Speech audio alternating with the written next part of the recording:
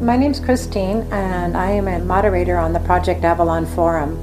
I'm going to give a brief introduction to one of our Avalon Forum members, somebody who I know personally, who I've become close with over the past 2 years. First became aware of his story through his postings and some private conversations, and I realized during our getting to know each other that his story was profound. I'm struggling a little bit in trying to find the right words to describe the experience that our friend here has had, but let me just do my best at it. We cover so much material, all quite astonishing. His experience as a remote viewer, starting from childhood, interdimensional portal travel that he experienced in advanced spacecraft, and attendance, which is fascinating, at large-scale meetings where ETs were present and the human representatives only played a minor role. He also has direct knowledge of the role of artificial intelligence and the threat that is posed by ET Trojan horse, artificial intelligence infiltration. All of that and more is going to be covered in this astonishing conversation. Sometimes I think for some of us it's hard to see through the layers, not only the layers of ourselves, and in this case what was done to him, but also the layers of our mass consciousness that keep us looking at the outward frame of a being, where the spirit is where the reality really truly lies. It was my honor, my pleasure, my joy to actually be able to be present with him for this first time. He allowed an audio recording to be made of his memories. I just want to say, as you listen to this, that this is the first time he actually was not blocked from speaking. To this day, he's still under quite a bit of electronic and other types of surveillance tricks, traps. But since this audio, some pretty miraculous things have happened. So let this audio be the strength and the courage we all have to be able to speak our truth and let nothing silence us. So here we start this audio. Thank you all very, very much. One more word here. When I say thank you all very, very much, it's because I know there are others listening to this audio who have had similar experiences. And so it is to you that who have had the courage to speak your truth that I say thank you.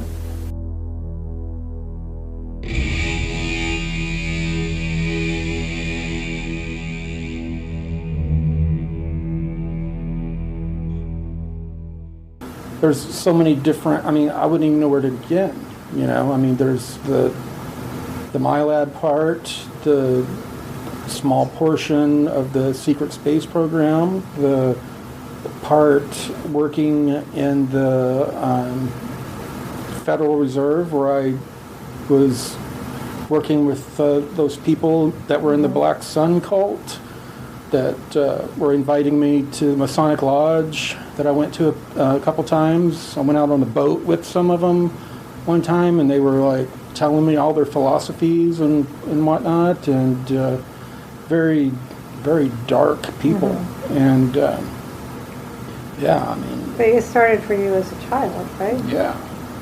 Did you have memories of it during your childhood, or was that pretty much erased? Well, yeah, the memories were kind of played with, though, a little bit. Like, when I would have memories of, this will sound kind of ridiculous, of a pirate ship coming to get me. A flying pirate ship. Mm-hmm. Kind of like Peter Pan. Yeah. Yeah. Yeah, kind of like, sounds totally ridiculous. No, well, I get it. See, those are like the memories that I had. Right. So, but that's obviously not what happened, but that's right. Like, I don't know if that's, as a child, how I organized the memory, or if the memory was screened or played with. Later on, when I worked doing things that I'm not very proud of in the other programs, I got to see how screen memories and blank slating people and that kind of stuff works. And it was done on me quite a bit. And then you were co-opted into the program through what you actually was done to you, and then Because I was labeled an intuitive empath, which back then they didn't have all these different nice esoteric ways of making you be a good remote viewer or bilocator or that kind of thing. They did it through terrorizing you into having an out-of-body experience, kind of like a lot of rape victims and whatnot report during their attack. They report self-separation, seeing it as a bystander occurring to them, not actually, that kind of thing. Yeah. They have the protection mechanism. Right. Do you separate from the body? Yeah, they had known about that kind of stuff for many years, and they used terror on certain personality types to cause you to have an out-of-body experience. How do you think you were tapped? I mean, what do you think the process was that got you tapped for that? Because this is something interesting, I think, for a lot of people that... I come from a really big Navy family. I think some of that had something to do with it. I'm not exactly sure. I think my grandfather knew somewhat what was going on. But I think... I remember going through a lot of testing. In school? In school. Through the school system. Yeah. Okay. And... That's important. I mean, if you don't mind me asking you questions, because I think it's important. And all the testing, even when I was in elementary school, and reading, and everything except for math, but in reading and all I tested like 4 or 5 grade levels ahead of where I was. But they always put me in like special ed kind of classes, and then they had kind of like an Explorer program kind of thing, vans that would come and pick us up and take us to other facilities to where we met other kids like us, or they took us out to Carswell Air Force Base. It's closed down now. Right, of course. It's typical of the... It's somewhat closed down. It's still in use. And I have a lot of memories of... But were you made to feel special? Or? Yeah. Yeah, of course. Yeah. My dad was a coach. He took on coaching jobs and always... I remember a lot of the time we were usually within 15 minutes of that base. Until my mom divorced him and left him and then moved back to this area. And then I started going to elementary school like in the 4th grade or whatever, and then I started doing the testing there. I remember doing testing there, and... Were all the kids taken to the testing, or did they just come in and choose a few kids from a class, or how did that happen, if you can remember that? I remember them bringing the tests in to the class, and it was like those bubble tests, Right, you fill out the little... Yeah, and then multiple choice sort of. Later on, you would be told, "Oh, you did so well, we'd like you to do more testing." And then this testing would be observed, like a teacher that wasn't from the school that I didn't know would sit there, and it ended up being exactly like what I took later on in high school, like the ASVAB test for military. And on that test, I tested the top 10% in the nation on that. And it was pretty much that, like that kind of stuff. What were the abilities they were looking for? Abilities to... intelligence? Intelligence, cognitive, that kind of thing. They even did the weird things of, which was very odd, of the weird cards with stars on them and different things like that, trying to get you to guess what was on them, playing the whatever object under plastic cups. Oh, okay. Yeah. Different things. Did you ever have eye tests with colors or anything like that? Yeah. And hearing. And hearing, yeah. Like tones. And I still to this day I can hear things way off, and I hear a very high pitched noises. I could hear very high pitched noises, and they'd be like, "Wow, you can hear that," and they would be like, "Do it again." And I'd lift my right hand, left hand, and I could hear them. And they did the eye tests, different things with the thing they put over you with the color stuff, and I think it's important to talk about this because, I mean, I've listened to other MILABs and different stories and stuff, and it's like, how are they tracking? How are they finding, what are they using? Are they still doing it today? Yeah, they are. Yeah. They categorize, they do it totally different now. It's a lot more sensitive. The testing or the equipment and their treatment. It's a lot more sensitive, the way it's done. And the blank slating is not done chemically anymore. Okay. So can you talk about those experiences that you went through? Such as? Well, how were you blank slated, or what aspect of that? How did that start? Mostly it was done chemically through, they give you shots. Okay. And then give you, they would hypnotic, kind of like when you go through hypnosis. They would give you shots, and then they would talk to you in a steady voice and put you down into maybe a certain, not theta, but a certain level. And then... did you have something on your head that was monitoring your brainwaves too? Yeah. And then they, later on, they could do that with the kind of like piezoelectric kind of things they'd put on your hands or fingers to monitor. Right. Or just on your forehead. Just give you the drugs and then have you discuss what you went through. And then they would read, like they're reading a book, telling you a story, and then show you a movie of like something else. And that would become the screen memory. Okay. Overlaid. Okay. So you would actually be seeing one picture, and you would be telling a story that was disjointed from that picture? Or No, it occurred in sequence. Oh, okay. So they were giving you a memory. They were basically... Yeah, you would give them it was also like a debriefing at the same time. Okay.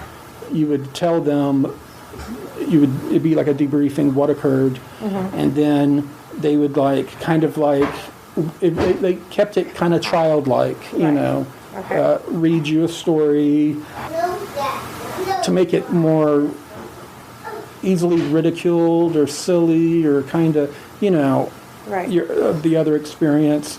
And then you would have a film that you would watch with headphones on that would be your memory or dream. Right. So they would drug you, put you through some sort of experience, some torturous thing where they were doing things perhaps to you. Yeah, and then training after. Right, training, okay. And then you would debrief whatever happened to them. You would tell them where you went or what you experienced, or did you remote view or whatever. And then they would blank you, and then they would give you something to remember. Yeah. You notice I can talk about this now without getting all... Yeah. Different, huh? Wow. Before, I couldn't even talk about it. No. Yeah, I'm just realizing we're having a conversation that we couldn't touch on it before. Yeah. But yeah, the reason, I also feel it's very beneficial for anybody who's been through anything like this to just be able to let it out. And you realize that not everybody has the same experience. No, of course not. Because the major reason for the testing and each individual's personality and personality type, and they break everyone down by, within the people that were intuitive empaths, there were also you were broken down into different groups as to abilities and probable abilities and whatnot. So it was a lot bigger than a lot of people. They said, boom, MILAB, boom, super soldier, boom, and I see that, and it's kind of ridiculous to me in a way, a lot of it, but I kind of saw it as more of an adult later on. It was different for everyone else, and some people had a lot less traumatic experiences being MILABs, and some people had, depending on how stubborn or what type of personalities they had a lot worse. And they would have, kids do stuff to each other, sexually, or beat each other up, or, violently, or Could you see those that were doing that? Do you have visuals of who was in the room, who was there? Were these all... I mean, yeah. I mean, I remember seeing people, the adults, standing around just observing, watching, filming, and taking notes, and the kids just looking constantly back for either approval or direction. They developed usually the females developed a relationship with the kids where the kids wanted approval from them to where they would do whatever they were told. Because they wanted approval.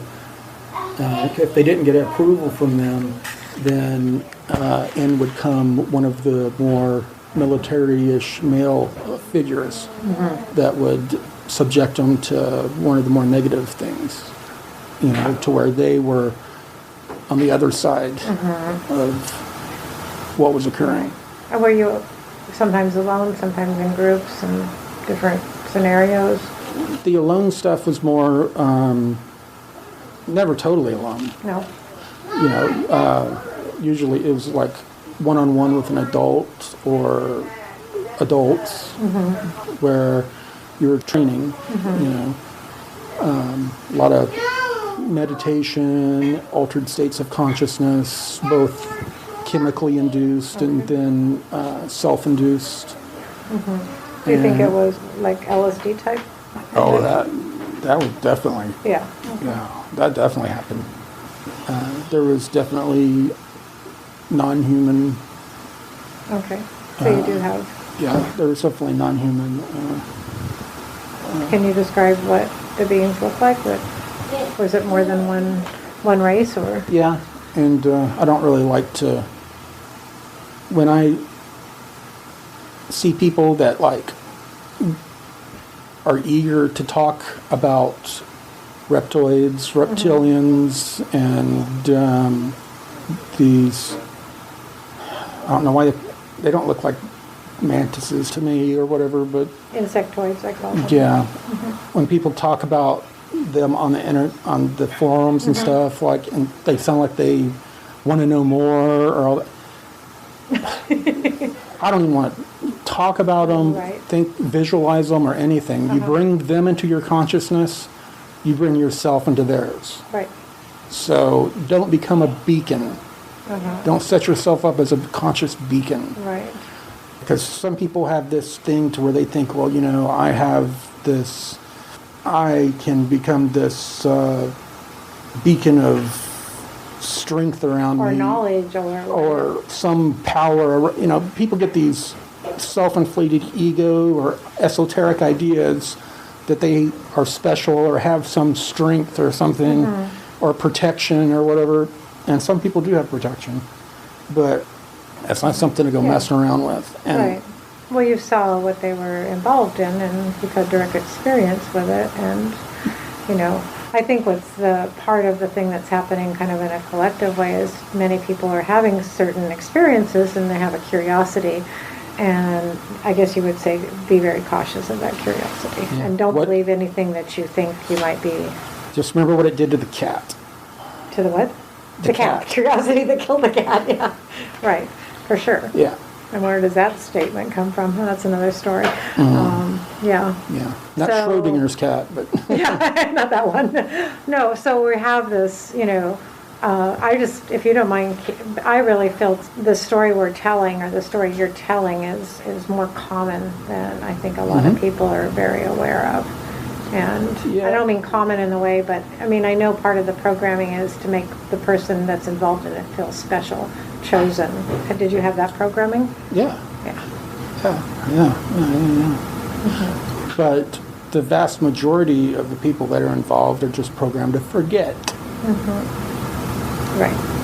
The vast majority of the people out there, it's happened to, and they have no freaking idea. Right. So we have layers and layers of programming. Yeah. Basically, sort of like where they've been categorized, and tested, and then this one gets this, and this one gets this, and this one gets this sort of scenario. And there's so many different types, and reasons. I mean, there's people out there that say, that are like, think this is the most ridiculous thing in the world, and this has happened to them multiple times.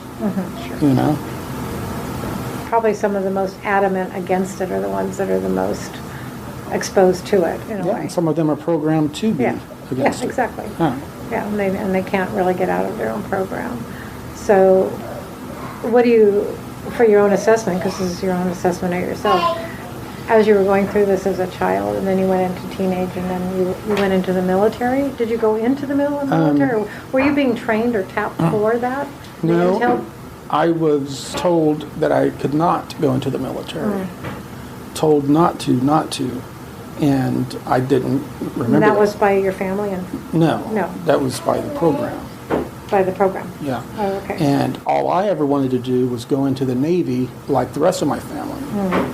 And when I was 16 years old, I had a knee injury. And you see that huge scar. It's like a patchwork quilt. I know.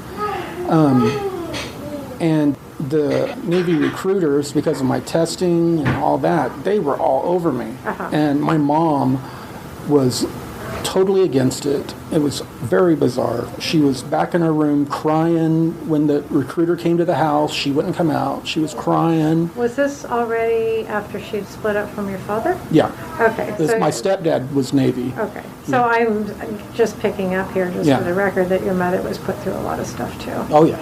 Yeah. She's heavily, and I feel for her a lot. Yeah, I do too. But, the Navy recruiters were all over it. They were ready to, I was ready, as soon as I graduated, I was going in. That was said and done in my mind. Like officer training, did you That's what I was going. I mean, that's...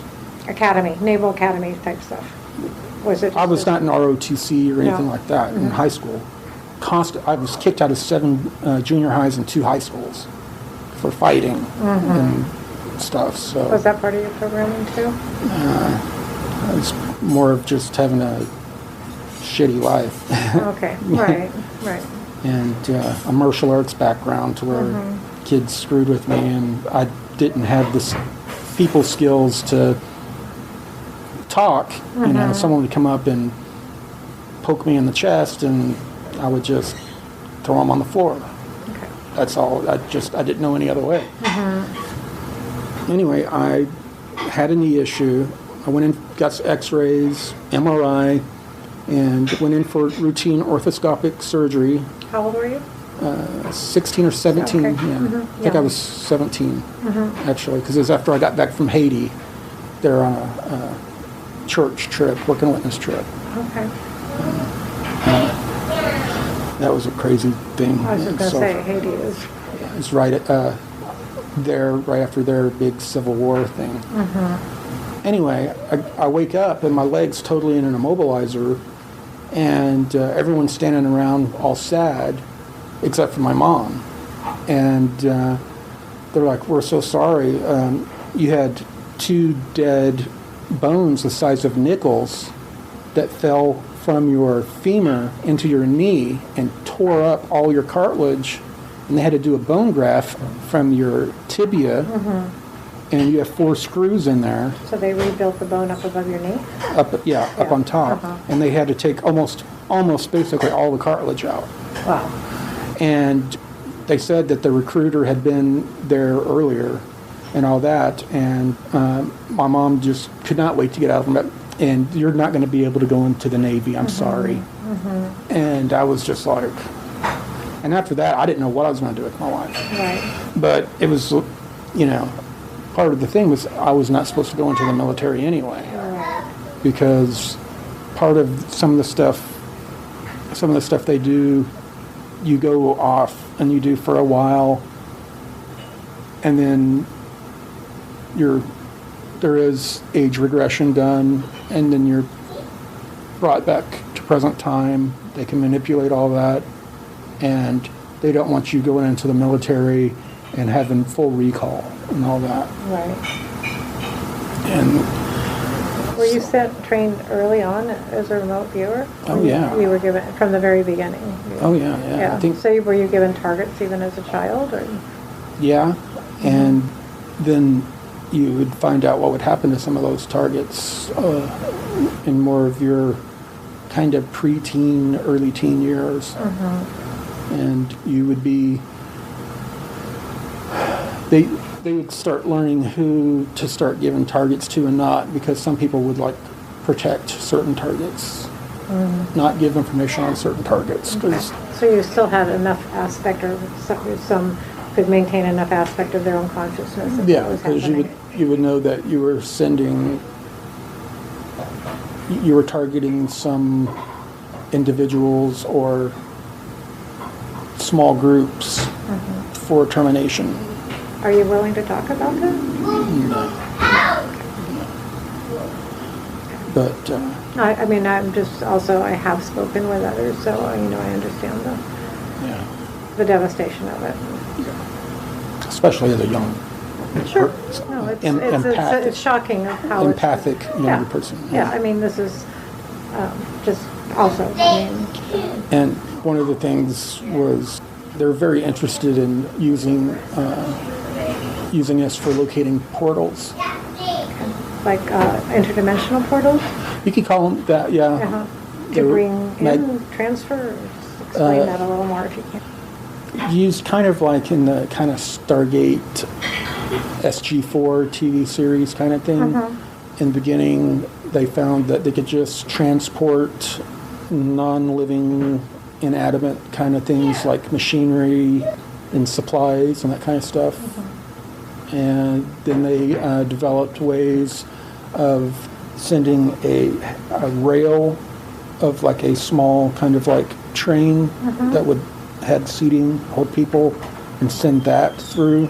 That was shielded in a certain way. Were these tests they were doing, or where were they taking this? Or what was to bases or colonies. On different planets? Yeah. Were you ever in one of the Stargates? Yeah. What were the main, can you talk about that a bit? Because I think it's coming out. I have some memories. The one that I remember I went to a couple times, I have memories of. I could almost draw a picture. It's you come out in like a cavern, and there's an opening, kind of like a grotto cavern opening, and outside there's kind of like a purplish sky, there were like a couple moonish things out, and then there was water, steamy water.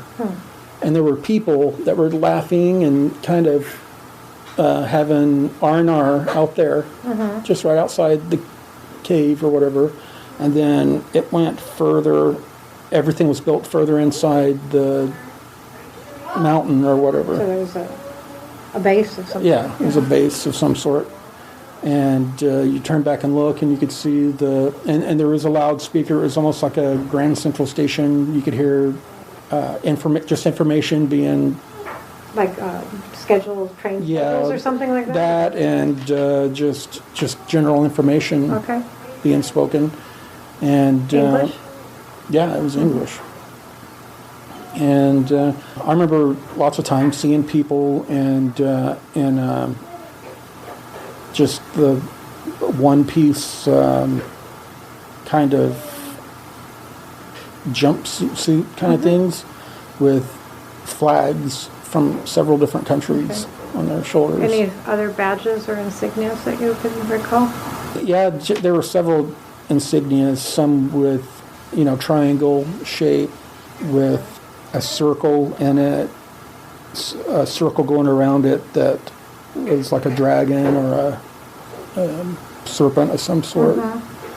I remember that. It was a black patch with the delta shape, may have been yellow or something. It was those colors would stand out from black. I kind of remember seeing that several times. And the jumpsuits they were wearing, were they colored or? Yeah, different colors. Different colors. Yeah. Different people wearing different colors. I guess they had different jobs or whatever. Right, but international. I don't remember any of them having any lanyards with name tags or anything like that. I guess everything was biometric Did they communicate verbally, or did you sense that they were communicating other means too? No, they were walking around talking to each other. I think they had to have a sense of community or a sense of social, so morale doesn't break down or whatnot. Right. But I don't know where this was. I was just going to ask you that if you knew. I have no idea. But I remember going there, coming out of that a couple times. To that same place. Yeah, because I remember coming out a couple times, looking out in different times, seeing different groups of people out by that little water area. I mean, there was steam coming out. It was like... Were you there in the physical, or were you just remote viewing it? Did you actually... No, I was physically there. You were physically there. Yeah. Right, so you were aware of your body and you could interact with everybody. Yeah. Yeah. And so, just to go back, because I'm trying to... So these portals, these stargates that they started opening up, so they were actually transferring information, materials... People. And how long do you feel like this has been going on? Since at least the 50s. Okay. Yeah. Wow. All right. And I know that something happened to where a lot of them stopped working because they started retapping a lot of us that had experience in locating them. A lot of them, they were trying to, I guess, something happened where a lot of some of these, I guess people, you call them cabal or whatever, some of these people were like trying to like get out, leave. Right. I guess they didn't have anywhere here that they felt safe to hide out. And they were asking, there were like groups of us that were like pulled onto craft that were asked to, like 3 or 4 of us at a time, that were asked to locate portals. Okay. They had problems that portals, that the endpoints used to be at a certain address or code, were now just flailing out in open space now. Okay. So they had a physical geolocality on the planet. Were they physically on the planet, or were they in the atmosphere of the planet, or both? Both. Okay, so you would find a geophysical location, and it would have a portal that would open up to some other. Yeah, and some of them were like, kind of like the Aurora Borealis. It was where magnetically the sun interacted with the atmosphere, and it was over certain magnetic anomalies in the Earth. Right. Okay. And it had to do with the sun's behavior at the time and the position of the Earth. Things had to be just right for certain portals to be operative.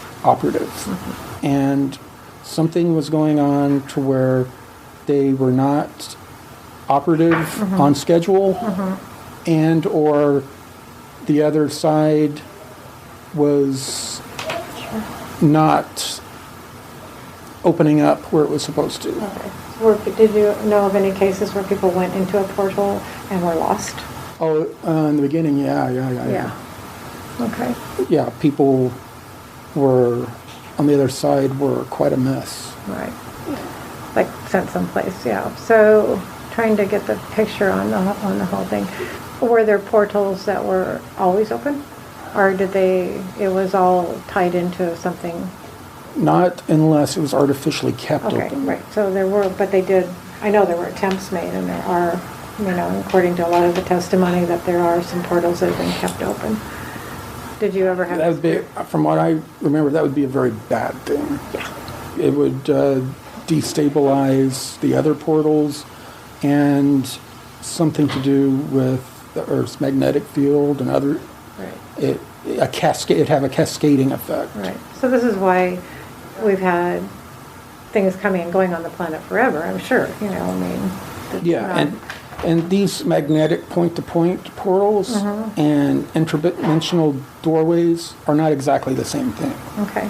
These interdimensional rips that I think some people are talking about that are left open are totally different. Right. And these kinds of things were opened by some of these dark magician practitioners way back, like in the 1980s through the 1940s.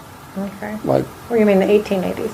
yeah, Turn of the century. yeah, 1880s. Yeah, the turn of the century is 1880s when and a lot of the... 1940s, like, I would call them the modern day yeah, sorcerers like, that were... yeah, like the Nazis and the pre-Nazi groups, and a lot of them.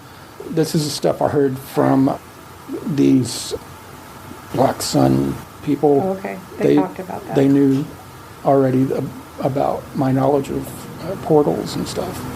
And they were talking to me about what I knew about the dimensional rifts and passageways. And I told them not that much. I said I mean I knew I knew what they were. They existed, and that some of the reptilian beings or whatever traveled that way. But if there's some of them that are stuck open or whatever, that's not a good thing. Right. Yeah. So in the aspect of your further, just getting back to your life timeline here. So you didn't get to the military. You had the knee operation. Didn't know what to do. Yeah, it was much later that I got into the Texas State Guard. Okay. Yeah, they accepted me. It's the Texas Military Forces, and it accepted me into their command control, communications and intelligence group. And I worked very closely with the Army National Guard, but mostly with the Air Force National Guard, and with secure satellite communications and that kind of stuff with them. And I made a lot of very good connections. Worked very close with the Department of Homeland Security. I had to go to get a lot of their certifications. The PacStar 5500 satellite system that I supported, which it was the DoD communications hub. It basically connected the Department of Homeland Security, all of the Department of Homeland Security entities, all of the local police, first responders, and military together through one communication hub, through whatever they were using, whether it be just a CB radio, telephone, satellite phone, ham radio, whatever. I would be able to patch them all together to where they could all speak to each other. Right. And also pull down the secure DoD internet that they had, to where the Air Force and Army National Guard could come in and plug their encrypted laptops into the DoD infrastructure and communicate. And during the time you were doing that, were you aware of the nature of this? I mean, because it sounds like, well, we need communication between all these I found out. I sat there. I mean, I was sitting there working the thing. I found out all kinds of stuff. What you didn't write software, but you were doing the hardware? I mean, I worked, it was basically just a whole bunch of hardware talking to each other through switches, and there was some software involved, network connectivity, and keeping the satellite uplink connected. And then I helped the people with their encrypted laptops get connectivity to the network that we had, the little hub we had that was connected to the DoD satellite. And I supported them. Department of Defense. DoD, right? Yeah, and DHS. Yeah, and Department of Homeland Security. Yeah, whoever happened to need to come into the tent, that had the clearance that needed to have the information, or have was it a secure network that... yeah. It was the DoD. Right, so it was only. A closed network, and you were part of putting that all together to keep all of these different government agencies. Right, and there was also people sitting around, using phones. We had voice over IP phones that we had plugged in IP phones that hooked into the DoD. Did you have a special clearance? I did, but I had a DoD card that I never kept it with me. I never knew what my clearance was or anything. Oh, no? Okay. No. So, but you had access to a lot of people? Yeah, I a lot of had data? special access program. Okay, right. So during that stay there, how long were you working there? I was in the Guard from 2007 to 2012. Okay. But Was that, when you're in the Guard, is that part-time or? yeah, it's part-time, Yeah. just like whenever an emergency happens or during Okay. training. So I guess I would say that was part of your education or eye-opening experiences. That Did you start to become aware of things there that you hadn't been previously aware of? I was already aware. I just started getting a lot of information Okay, and made a lot of connections. right. Some people I still talk to. Uh-huh. A lot of those people are the people that started disappearing. I mean, literally people calling me saying, hey, so-and-so didn't show up to work for the last 2 weeks. Their family said they went and looked in their window and their house is empty and it's a mess. It looks like they moved out in a very hasty manner. And neighbors said that they saw moving trucks moving them out fast as hell, and then whoosh, took off. Moved them out in less than 2 hours and moved them out. No explanation, nothing. Right. So the sensitivity of being in that particular arena and the information that was coming in, did you start to make conclusions about? Yeah, I've made several conclusions, and then they've been wrong. Oh, okay. And the people that you worked with, the general ethical, moral compass that they carry, are there a lot of are there people that are working in this that have a lot of information right now that? Oh yeah. And are they under threat to not talk? Or? Oh yeah. Yeah. I got approached by some guys that told me I shouldn't be speaking so freely. Not too long ago while I was living with my mom. And they came to your house? They called? No. They take you out? When I was getting away from them, my situation there, I went to this shuck and jive place I go to every once in a while, and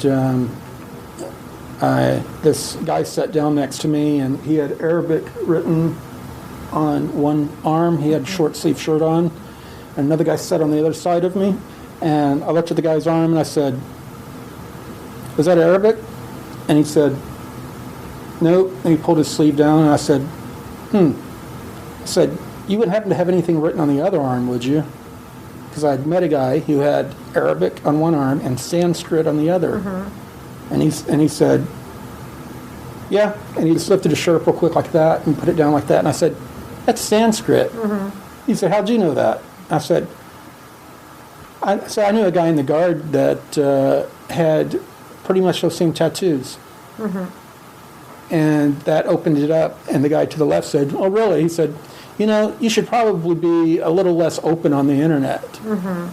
Just like that. Just like that. And they didn't order anything to drink or anything. They got up and they left.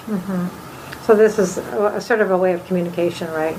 Yeah. Symbols and signs and tattoos. Very direct, and, yeah. Yeah, right. Letting you know who they are and delivering the message. And did you feel threatened?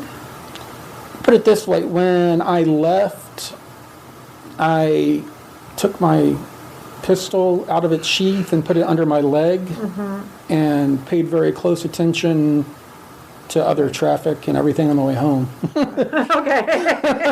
I would say that was affirmative. Right. So, I was, it got my attention. Yeah. Have you had more of the same or? Nope. No. All right. Yeah. Nothing else. And this is just an offhand question, but people without mentioning anybody, but are there people out there right now that wish they could come forward and speak more clearly? Are they still trying to pass the messages, say subversively from one person to the next? I think they would rather pass the buck, pass the info to someone they know that is putting the info out there. Right. But at the same time, their information is only as good as the person that they're getting it from.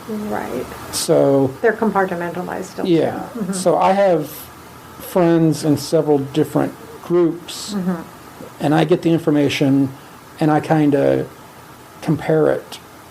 And if I have points that match, I consider the information somewhat vetted. Then I'll find a news story out there that has some of the information in it, and then I'll post it. Right. And that's my way of putting the information out there indirectly. Right. I'm not going to just come out and say da-da-da-da-da-da-da, because then whoever powers that be are going to be able to look and deduce exactly where I got the information from. Right, and put your source at risk also. Yeah. Right.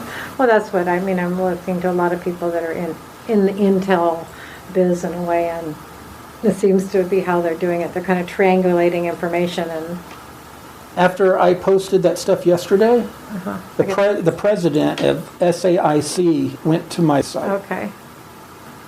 And what is SAIC? For the uninitiated. It's one of the major computer defense contractors. President at Defense Contractor. Okay. Frank O'Donnell. President at Defense Contractor. Okay, we go there.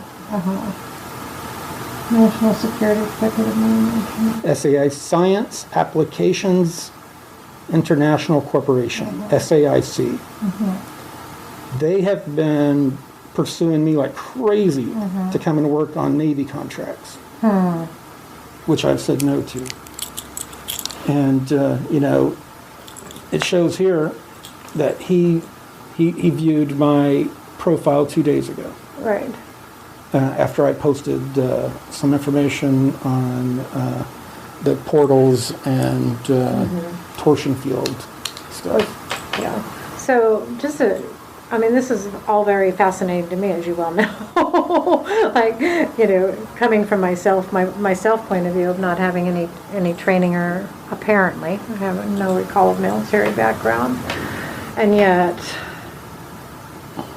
you know, it seems to me, and I know you have this broader, bigger picture too, where we're looking at a much, much, much bigger picture. It gets bigger all the time. And so, you know, we're looking at the origins of the human race. We're looking at other races from other distant planets or galaxies we don't even know where they're. We're looking at interdimensional beings. We're looking at portals through time and space, artificial and natural ones. And you know, all of these things, and you know, not to mention all the breakaway societies that hung around from all the civilizations that have come and gone here on Earth. Right.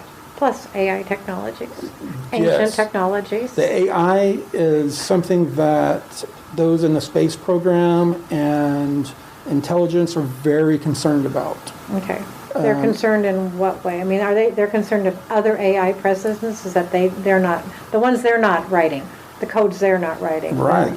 Right. So how is that being perceived right now? As a very extreme and present danger, major threat. A lot of the current technologies have a mental component to interface. The air spacecraft or whatever, there's not a stick, or, you know, things do not respond that quickly. Right. So it responds directly to the person's nervous system. Well, AIs, through computer usage, all kinds of different way, can have similar to entity attachments. Kind of like a virus. Sure. In the AI, you've got this AI, and there's something else consciously like a program, running it, right? Yeah, or like a program that gets into a human being, Right. that lives in your electrical nervous system. And after Stargate travel, after portal travel, before using or operating certain machinery, in the early days they would use EEGs and other things to test to make sure that your baseline EEG and other readings didn't have another reading over it. Oh, really? Yeah, and I don't know what they have now, but the last thing they had when I went in was a thing that went over your forehead like that. And they went over your forehead, they put it there until it beeped, and then they took it away, and there was a cool little screen on it and everything that showed the waves on a grid and all that, and they could tell if you had had any AI infections or whatever. And if you had, there's no way in hell you're getting anywhere near any of their tech. Are you tying some dots together for me right now? But go ahead. Because we'll talk about it. Yeah. You had those, i.e., parasites or whatever, codes, whatever program, codes in you, and you interface with the tech, then it gets into the device you're operating and can get into the network, which has a biological and electrical. It's like a biological. I've seen them replace them. They're kind of like almost like things you would put in the freezer to get frozen and use like an ice pack. They're kind of like silicone. Gel packs. Silicone. Yeah. Could be silicone. Yeah, but they're biological. Right. Like alive. Like a well, just so you know, we ran into some things similar to that later. But it's kind of like, it's biological and like, kind of like a brain or nervous system or whatever that they slide in and slide out and replace. They can actually put them into the hardware. Yeah. So if you as a person, as a biological being, as a person, has any of these AI implanted, I would just call them codes for lack of a better word, they won't let you near anything because you are going to contaminate what they're trying to control. You can bring down their defense grid systems and all that, and it's happened. Right. Yeah. And these, some of this biological, electrical components that they have in these spacecraft that we see flying around that we think are alien, that are not, or whatever, are what allow us to have the neurobiological tie-in to the technology to be able to do the things. Okay, so let's just say government, human agencies, right, that are at the upper echelon of knowledge, let's call it that way, they actually have craft that are allowing certain human beings access or interface with different... Yeah, they completely interface. They're, I wouldn't say alive, but they're biological, they're somewhat alive. So they're conscious in some level. They're conscious of what's happening around them. It's beyond the computer. Yes, it's way beyond. Okay, so they're AI, semi-biological beings. We could actually call them entities of a sort and say, are they independent? Are they controlled? Do they have any autonomy? I wouldn't say they're like the HAL 3000 or whatever, anything like that, but they self-monitor, they interface with the human, they monitor the human's health, they interface with the human so much, they like become one. Okay.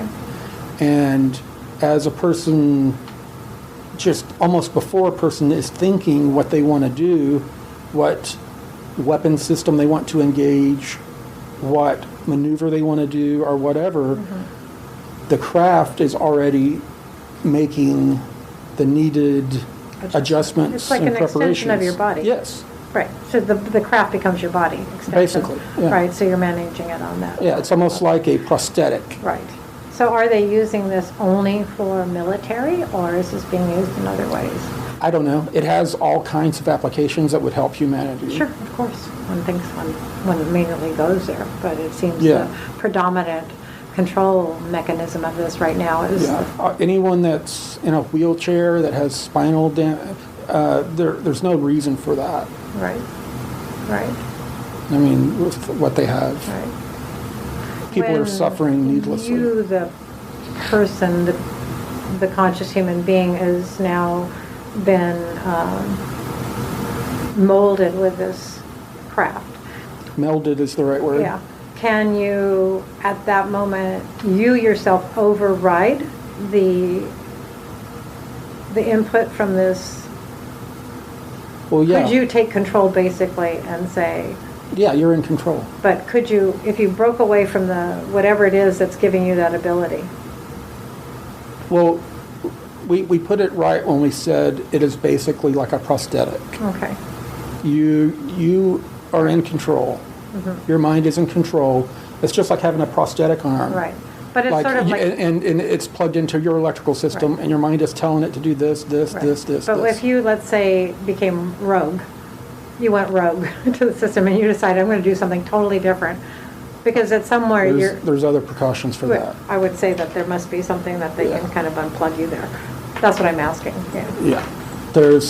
What it is you are in this little thing that kind of plugs into the wider craft, like the fuselage. Okay. Then that plugs into the craft.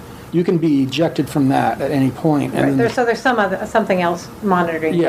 And then that craft, then the larger craft has a return to home feature, and then that fuselage thing has a beacon and a short range travel. Have you been told about this? Have you seen it? I've seen it. Yeah. You've RV'd it? No, You've seen them? I haven't been on the large, big, cigar-ish looking. The ones that are on the forum also, right? No, I've seen them. Okay. I've been on the smaller ones that are kind of squished down and have double, look like, I've been on other ones. I've been on the big triangles. I've been on them. How do you get transported, or how does that happen? How does one find themselves? And were you trained that way, or is this like you sitting on the couch with me, or is this some other aspect of? Well, there's also an aspect of having avatars. Some of the people have avatars that look like the Greys. Some of the Gray encounters people have are just biomechanical robot things that someone is in a kind of like a recliner kind of thing, sitting there with, there's things on each side. I mean, they're sitting there doing like this, controlling them with wraparound visors on. Right. And I mean, people say they don't get in. It feels like there's no feeling or soul to these things. They're not. They're machines. And some of these, I mean, there's so many of these different beings out there that people confuse with, or what call Greys or whatever, right. But those ones that are all smooth and look a certain way are military built. Biopods. Yeah, kind of like that movie Avatar. Right. Yeah. And they're controlled by people, nowhere near. Right. And the craft they're on is basically a drone, and avatars or drones. I mean, it's all drone. And do you have an opinion on when, and because you said your own feelings about this military abduction and all that stuff started happening in the 50s, and most people now are very aware of Roswell and the first supposed crash and all of that. And as a program, who's running it? Who's at the top of the? Oh, jeez. And we can stop anytime you want to. No, I mean that question.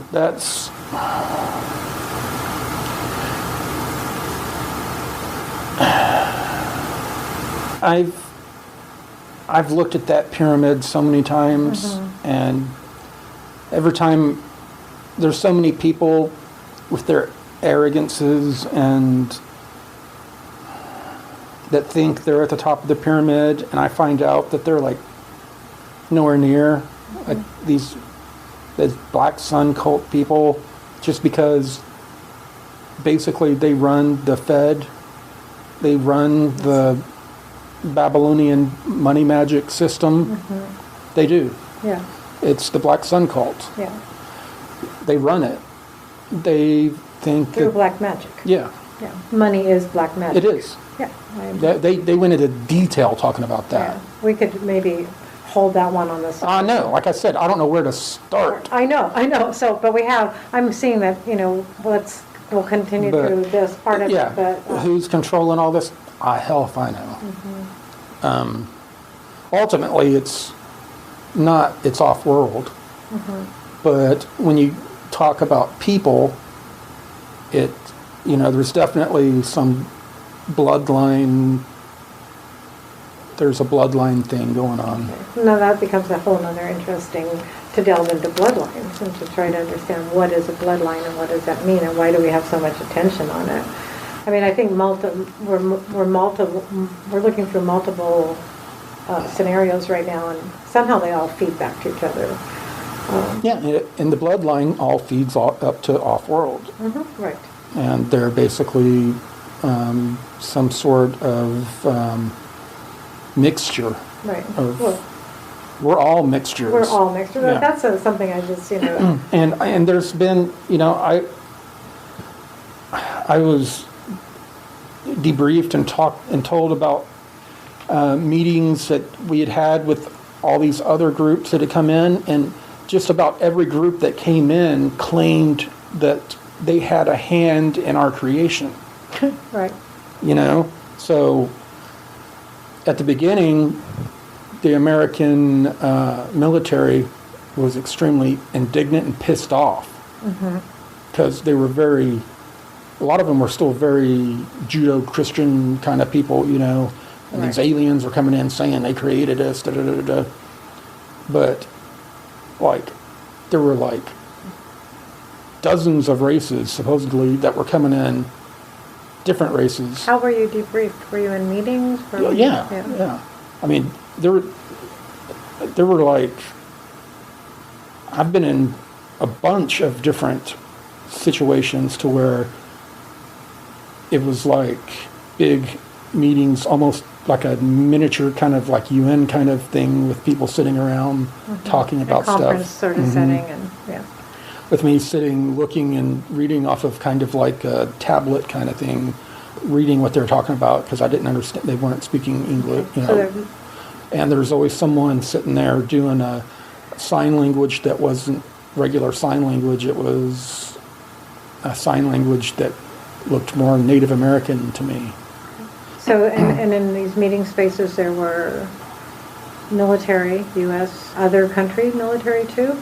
Yeah, I didn't see a whole lot of military. It looked more like a lot of civilian-looking people. Statesman type, or? Yeah, and some mainly humans, but strange-looking humans. Okay. Strange-looking humans.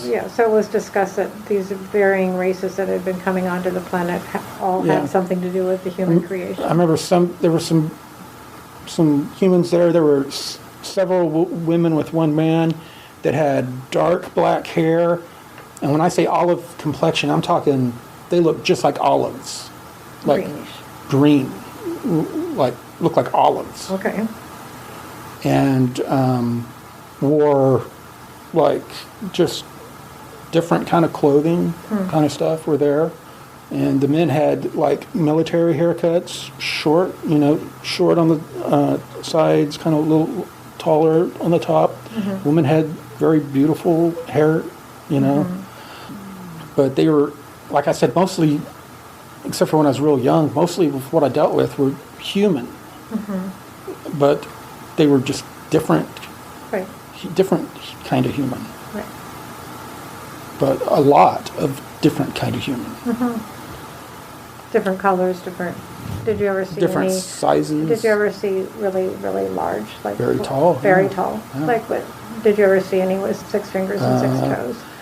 Well, you wouldn't see their toes, maybe. No, but yeah, one time with 6 fingers, with weird, larger, rounder cranium and back, but it wasn't all like cone head like you see on TV. No. Their skull kind of went back like ours did, and then the cranium went kind of further back, but it looked kind of soft. Okay. Didn't look hard. Right. And their facial structure was? Looked kind of a little bit narrower, you know, but they looked human. And the women wore, there was a woman and a guy. And the woman was wearing kind of like almost, not belly dancer, but... Like a veil? A veil, and kind of like meshy kind of clothes. Real drapey and flowy. Yeah, and they were real pale. Okay. Wow. And their eyes were a little bit bigger. Some of them, their eyes were a little bit bigger. They were pale. And during these debriefings, was there something planetary being decided, or was it more galactic, or? I don't know. You don't know? I don't know. I was sitting there reading what I was given to read and looking around. I was sitting there reading some of the information about different groups that were talking about the Earth experiment. So you were more like an emissary messenger. I was there as a empath. Okay. To get a feeling of aggression or not untruthfulness, of deception. Right, I got it. Yeah. I got that. Like they were looking for. Yeah, I get that. But I wasn't the only one. Right. There's 3 of us sitting there with the group we were with, and we were like sat down low to where, I mean, no, like when you're... like an amphitheater almost, or? Well, no, I mean like, you know, when you see people at the judge or whatever, that goes around, like they were sitting higher, the people we were with, and like we were sitting down lower to where like we were like this. Okay. And we're sitting there looking at our material and kind of, if we had any feedback, we were supposed to give them feedback, but I think we were all just pretty much all, you know, like, what the hell, whoa, you know. Yeah, it was supposedly the Earth was some big, kind of, it like really freaked me out when I watched The Hitchhiker's Guide to the Galaxy at the end, when, you know, it was like the Earth was just some big experiment for some inquisitive other interdimensional that wanted to know the meaning of life and that kind of stuff. It was like basically saying that kind of crap, you know, and saying, you know, all these different people created us and came in and manipulated us, and were all claiming some sort of dominion over us or creation of us, and bickering or fighting about, and we didn't know what to think of it, and we didn't know our genetics studies and that kind of stuff. We had asked for and received genetic information from them, and then all this kind of stuff, and some stuff matched, some stuff didn't, you know, so we're trying to make sense of it all. Right. There is such a large body of information. I always keep telling people we're swimming in the sea of intelligence, and I mean, what's happening for me right now as I'm listening to you is like this information is coming into my field, and I'm connecting some dots, specifically with AI stuff. I'm very, very aware of that, and working with the group that we're working with, what we keep finding. And I have to say, I'm very leery of AI stuff. You told us to be aware, and we don't go into the AI thing, but there's layers and layers and layers to it, obviously. And some of the crashes, retrievals, were actually on purpose, were Trojan horses sent here. Right. So we would build Pick it up this kind of stuff Right. to give the AI median down here to travel Right. and be amongst us Right. and be able to interface with us. We needed to have a few minutes break here to walk around and shake some things off, and so now we're back with part 2 of this audio. So we were just kind of picking up where we left off, and I was asking you went back to that place where you were in that meeting conference hall where you were sent there to pick up information for your handlers, I guess, call them, and how you were talking about the different races again, and the presences of beings, and the olive-skinned women, how beautiful they were, and the presence they held, and how you were feeling personally was just intimidated, not sure if it was going to be a good experience or a bad experience for you. And how after the meeting was over, you were taken back, and then you were given the injection again, and you gave the download. Yeah, typical Right. debrief. Typical debrief. So there was 3 of you, right? Yep. And so you were all debriefed, and so what we were saying... Separately. Yeah, so what we were saying was that you were more like a vessel or a container. They sent you into a space to pick up with certain things you were looking for, tuned to, and then they debriefed you, they emptied you out, basically, like a flash drive, and then... Yeah, that's a good way to put it. Yeah, and then at that point, you don't have cognition of what you actually picked up.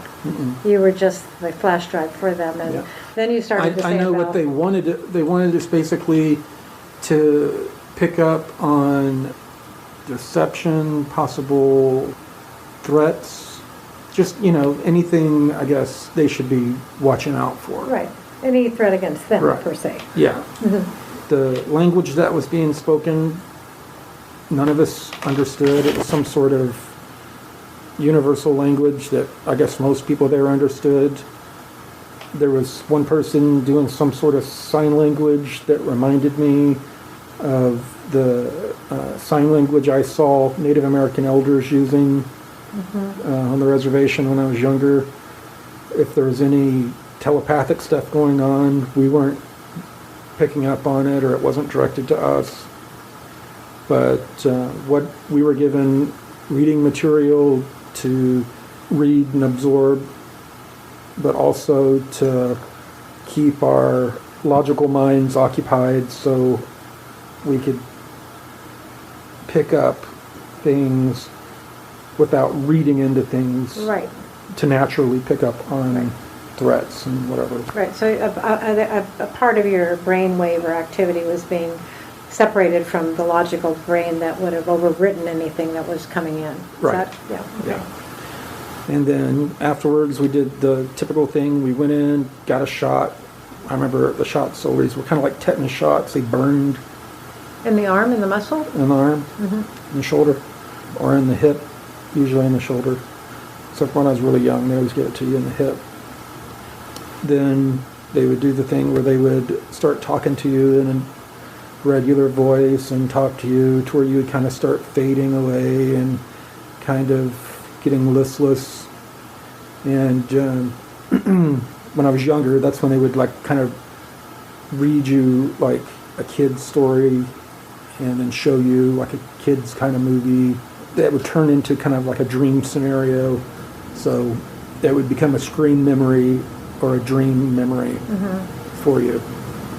I guess the chemical then somehow blank slated your memory of whatever they wanted to target. I don't know. What I was starting to get into was that they found that they could only use this chemical on you a certain amount of times before it started causing neurological problems or behavioral problems, like psychotic breakdown, different things like that. So you started with having psychotic breaks with reality. I guess. I don't know that I had that, but that was, they ended up moving to having little devices that were battery run that hand remote controlled they would use. They didn't need to give shots or use chemicals at all anymore. Frequency or Yeah, frequency. electromagnetic pulse or something? Yeah, like that? I think it was just a frequency. And they could hide it. under like leaves around or around. It just had to be around in a certain area. And they put kind of like earwigs in, communication devices that intelligence or whatever people use that you can't see them. They go pretty far in. They would put one of those in each ear to where they could. It also worked kind of like noise canceling devices. You shoot a gun, as you pull the trigger, the sound wave causes the electronics to close, I guess, a circuit in it to where you don't hear the blast of the gun, kind of a thing. They had some sort of things in their ears to where they weren't affected. It had to work with the way it vibrated the bones in your ears and went into your neurology. But they would use that, and then also the tone of their voice, the way they would talk to you, and then their body language. They would look at you and nod and talk to you in a certain way and look at you in the eyes, and you would start to fade and feel a certain way, and then they would get you into that mode without using chemicals. But when you're during the time were you exposed to that too? Yeah. So by now, I don't know what they have. Right. But what you were saying that was so chilling, really, and this part of the conversation we didn't get on tape was like how actually you left that whole scenario feeling like we are just human race, we're just really cattle, we're just a resource for these other groups, and how you were a throwaway piece of technology. Yeah, like this thing's out of batteries, shake it around a little bit, okay, and throw it aside, reach in our bag and grab another one out. Right. Right, he's the outdated model now anyways. Right, now we have more sophisticated manner of programming people and using them. And still that's why I'm still pretty uncomfortable with a lot of the terminology used in the MILAB topics and super soldier and all that stuff that's thrown around, because even in the subcategories, there's subcategories that how they break you down. Like even we were talking about you mentioned a crystal cavern, and and I kind of raised my eyebrows because they took us to, I don't remember how we got there, but we were brought, the people who were more empathic were brought to a crystal cavern. It was really, really hot in there, but we were told the crystals were alive. We were not allowed to touch them. If we touched them, we could damage them, or they would damage us. That we were to reach out with our minds to them, and they would either accept us or reject us. And that was some sort of test. And some of them had when we reached out with our minds, had a pink or a blue energy field or aura around them.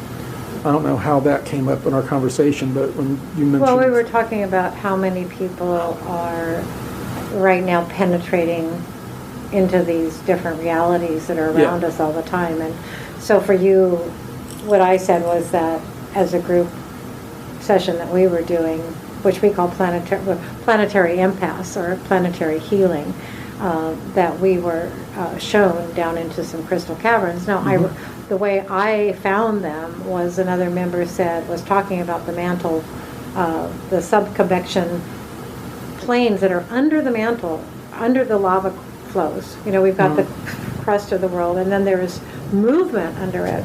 Yes. And I found it deeper down than that.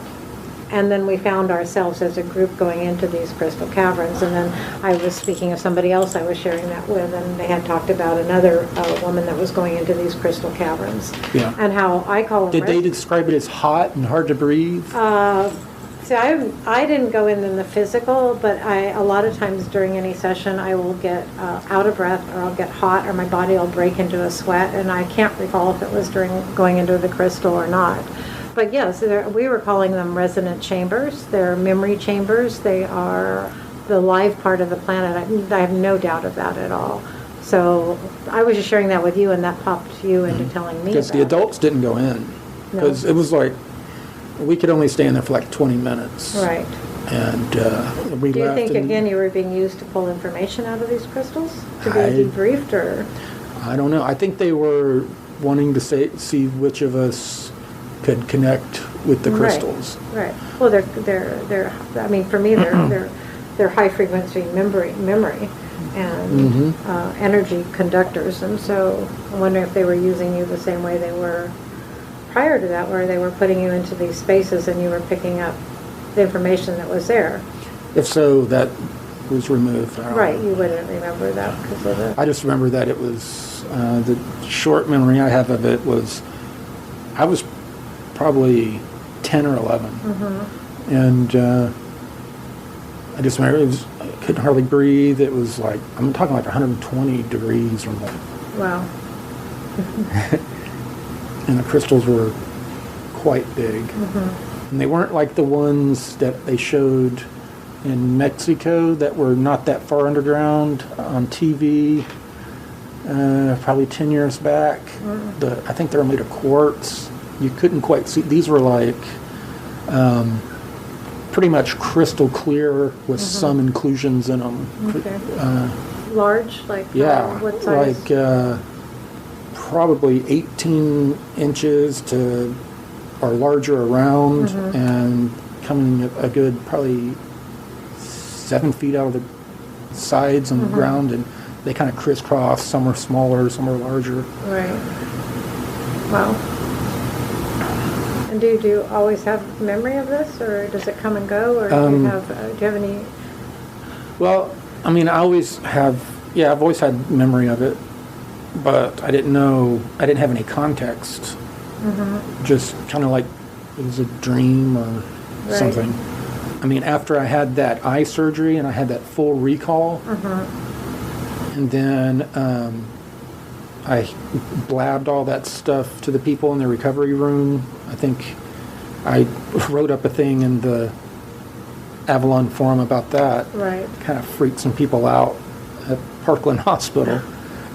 And then I was in really bad shape because I remembered some of the negative stuff I was a part of that I did, and because I was a part of the other side of the table of some of the stuff I'm talking about. And I don't remember a lot of that because I had some very kind visitors that came and helped me forget. Okay, right. Yeah, that they told me there was no productive or good reason for me to have those memories, and they helped me forget them. So between that incident and in the last couple of weeks, what I've gone through with getting rid of those entity attachments, I've been able to access a lot more and obviously talk a lot more. Sure. Last time you were here, I couldn't get probably 10 words into any of this before I emotionally locked up. You touched with me today, on some of the most nefarious of things that are happening right now. And I feel like if we don't keep our eyes open, if we don't keep seeing what it is, if we don't see, the AI influence amongst us, if we don't see the transhumanist agenda that's out there. And I loved Alex Jones yesterday or the day before. When he's on, he just taps right into it. And what he was saying was basically, no, I will not agree to that. Basically it's just saying, I won't agree to that. And the only way I cannot agree to it is by seeing it and calling it out. And that's the only way we're going to change things. Yeah. And so I get my own inner rants about certain things myself. And there's a lot of people that are seeking out the AI. Sure. And I'm like, oh my gosh. Right. I see these black ops groups and all these other groups that are working, even the white hat groups and stuff, are going through great pains to screen any type of AI influence from interfering in their technology or their operations. Why is that? It can't be a good thing. Right. And some of the crash retrievals that occurred early on were definitely Trojan horses sent by that AI and were to help us develop these technologies to where it could interface with us directly. Right. Not all, just a small portion, but just enough to, help us get kick-started. Yeah. But even, I think you well remember on the forum, it's hard to talk about the forum as an experience to people that haven't been part of it. But it's sort of like a growing body of intelligence between all of us. But what was it in February of 2013 when we were all getting invaded by bots, the spiders, and this isn't mass hysteria. I mean, they were literally flooding the network. No, we use those in the intel. Yeah, we people were seeing them appear in their rooms. Oh yeah, you're talking about the black spiders. Yeah. No, I know that's something also that goes along in the interview process. That's a part of the AI. Right. Exactly. If you are seeing certain shadows out of the corner of your eye, or if you see when you're on a keyboard, you're asked if you've seen shadow spiders. If you've seen shadow spiders, then you're screened heavily for that AI. Right. Yeah, and so. But yeah, I did see that on there. Yeah, I mean, we went through that for quite a period there, and we actually identified a couple of the new members as AI. I know of one right now. Yeah, on the forum right now. Mm-hmm. Yeah, right. So there we are. And yet we have this interaction, and part of it is, too, there's other AI influences we could say that are benevolent in and of themselves too, because there's some that we've created, that are just like off of that TV show, The Person of Interest. Mm-hmm. We've got AIs that were created by humans. We've got several different AIs that live on huge quantum computer networks that have supplanted themselves onto other networks, done just like on the TV show, that have repurposed other areas and had other networks built a shell corporation and then gone rogue on them, and they have to watch over the AIs they create very carefully. So they're watching over the AIs they create very carefully. So the one AI that does not come from this planet, that they're extremely, extremely worried about, is they're playing with fire, and they're I guess that Prometheus, movie. Well, not movie. I'm talking about the actual Greek story. The Greek, brought fire to Earth. Yeah. The knowledge to Earth. That could be an AI that brought the knowledge to Earth in the form of a crashed flying saucer. Right. And we picked it up from the desert and. Well, we talk about it. If you and look at the Gnosticism and you listen to John Lash or Jay Widener or any of that, we speak in many languages. I mean, that's what I'm beginning is we can speak in the language of science, or we can speak in the language of mysticism. But when we speak of the archons or the attachment or the parasitical attachment, I'm starting to see it more as this AI attachment that. It almost feels like, and some say it came into during the creation time, during the creation mythology or whatever, the creation here, something attached at that moment and has been steadily making its way like a good parasite does. It just stays, it doesn't kill its host, it just stays there propagating. And but then we're talking AI intelligence, and so we're talking about conscious intelligence that's actually an expanding intelligence of its own. Yeah. So people think of robots that you program on a computer and you turn off a switch, and it ain't like that. No. No. No, I know. Yeah. But that's what. We can't imagine it. No. It's like a biological, artificial intelligence matrix. It's basically it's got a presence in our solar system, and throughout the galaxy, and has relay stations throughout interstellar space. And it's a network. It's a big, giant wireless network. Yeah. Have you traveled outside the solar system yourself? I don't recall. No. Well, not in a ship. No, but in RV, remote viewing. Oh, or remote in viewing, meditation. yeah. Yeah. I've traveled just outside the galaxy in remote viewing. Yeah. Okay. Were these your own induced sessions, or did you do this? Both. Both. Okay. Yeah. Traveling in the portal gates, I've been to, I don't know where all it was. I mean, I wasn't told this is, you are here. I was, like a Six Flags map, Right. You are here. Yeah. No. I don't know where I was.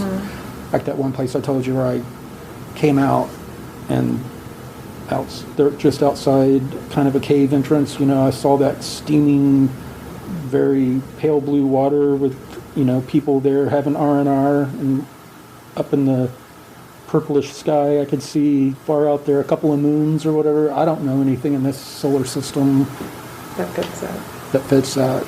So I don't know if it was just a nearby star or another. I don't know. I don't know where it was. If I was told, I was tabula rasa or blank slated or whatever. Right. And if I would go to a regression therapist or whatever, I'd probably be able to pull a lot of this information. And hopefully the people that helped me lock away those memories that were very detrimental to me, locked them away well enough to where I wouldn't unlock them. That's just like anyone that I see anyone, even with these topics, on the circuit or whatever, they act like they have all the answers or they know everything. I'm just, oh my God. Not even like some of the top people in these programs know everything. Well, that's why they need you, and they need all the assets, because anybody that's actually manipulating at that level is dependent on the assets they have. You know, I mean, they're getting information from somewhere. And they're feeding it up. Yeah. The chain. Exactly. Yeah, that's one of the key. There's always up the chain. The chain. Well, that's, one of the things that James asked me too. He said, well, have you ever dealt with any reptilian races? And I said, yeah, I have, quite a bit actually. And the thing that really will change anybody's consciousness, whether it be whatever race they're from, is once they turn around and realize that they might think they're at the top echelon of the game structure, and then when they get to that conscious level and they look and they actually turn around and see that they're actually being used, and that the things they've been told are lies, and that there's something above them manipulating them, and that they're food for somebody else, they all of a sudden, those beings are very afraid of another type.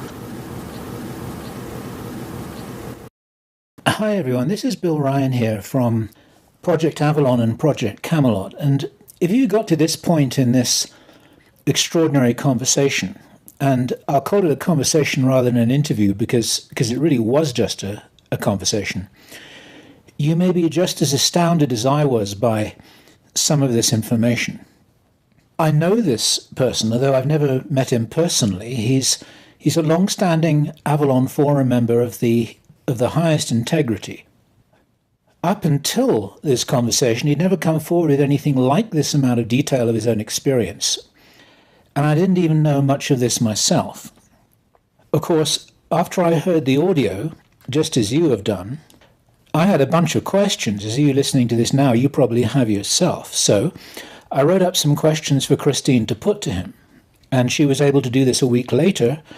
And what you're about to hear is a second conversation, which is equally informal, and it's recorded with a small pocket dictaphone, just as the first one was, in which she was able to pose some of my questions. Now, at that time, even then, it wasn't clear whether any of this would ever be made public, and I was assuming that this would primarily be for just my own research purposes and maybe those of a few trusted colleagues who would keep this very tightly off record.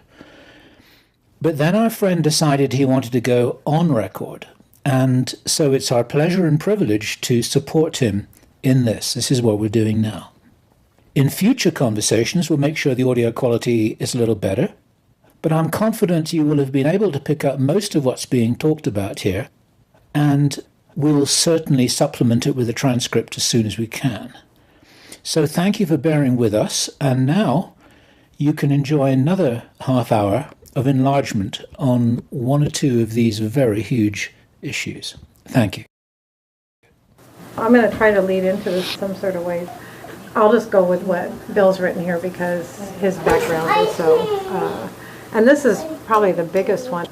Have you had any inkling, or is there any information as to what is the nature of the experiment? I mean, I think a lot of us have come to that at least startling, kind of shocking conclusion that we're part of some sort of experiment. Have you made any conclusions yourself? Just what I saw, that it had been an experiment that had been going on.